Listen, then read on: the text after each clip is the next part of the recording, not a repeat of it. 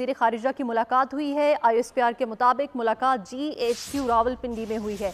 मुलाकात में बाहमी दिलचस्पी के अमूर और दिफाई ताउन को मज़ीद फ़रोग़ देने के अमूर पर बातचीत की गई है इस मुलाकात में, जबकि चीनी नायब वज़ीर ख़ारिजा का कहना है कि पाकिस्तान और चीन हर मौसम के स्ट्रेटेजिक पार्टनर है। इस हवाले से मज़ीद तफ़सीलात जान लेते हैं। नुमाइंदा खुसूसी सलमान अवान हमारे साथ मौजूद हैं। सलमान अवान, इस मुलाकात का अहवाल बताइएगा।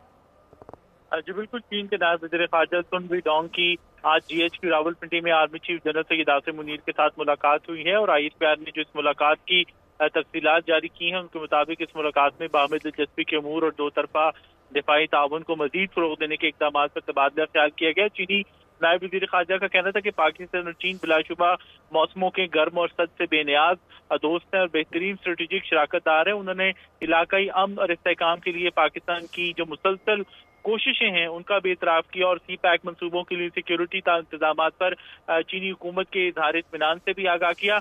आर्मी चीफ का इस मौके पर कहना था कि वो चीनी वज़ीर ख़ारिजा के जज्बात का से इज़हार तशक्कुर करते हैं और समझते हैं कि पाकिस्तान और चीन के बाहमी ताल्लुकात जो हैं वो न सिर्फ दोनों ममालिक के अवाम बल्कि इलाकाई अमन, इस्तेहकाम और खुशहाली के लिए भी खुसूसी अहमियत रखते हैं। जी बिल्कुल, चीनी नायब वज़ीर ख़ारिजा ने CPEC मनसूबों के लिए सिक्योरिटी इंतजामात पर इज़हार इत्मीनान किया है। नुमाइंदा खुसूसी सलमान अवान हमें आगाह कर रहे थे, बहुत शुक्रिया।